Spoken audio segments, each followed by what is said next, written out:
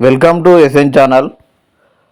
సర్వీసులను క్రమబద్ధీకరించాలని ఏఎన్ఎంల ధర్నా. రాష్ట్ర వైద్య ఆరోగ్య శాఖలో ఒప్పంద పద్ధతిలో పనిచేస్తున్న ఏఎన్ఎంలు సర్వీసులను పరీక్ష లేకుండా క్రమబద్ధీకరించాలని తెలంగాణ వైద్య ఆరోగ్య ఉద్యోగ సంఘాల పోరాట కమిటీ ప్రభుత్వాన్ని డిమాండ్ చేసింది. ఏఎన్ఎం నియామకాలకు సంబంధించి ఈ నెల 29న నిర్వహించిన పరీక్షను రద్దు చేయాలని వారు పేర్కొన్నారు. హైదరాబాద్ కోటి డిఎంహెచ్ఎస్ ఆవరణలో రాష్ట్ర వైద్య కుటుంబ సంక్షేమ కమిషనర్ కార్యాలయం ఎదుట మంగళవారం వివిధ జిల్లాల నుంచి వచ్చిన ఏఎన్ఎంలు ధర్నా నిర్వహించారు.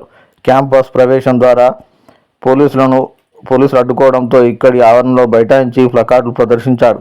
రాష్ట్ర సర్కారుకు వ్యతిరేకంగా నినాదాలు చేశారు. పోరాట కమిటీ నాయకులు కె యాదవ్ నాయక్, భూపాల్, ఫసిరుద్దీన్ కుమారస్వామి మాట్లాడుతూ 20 ఏళ్లుగా ఒప్పంద పద్ధతిలో సేవలందిస్తున్న ఏఎన్ఎంలను పరీక్ష నిర్వహించడం అన్యాయమని మండిపడ్డారు.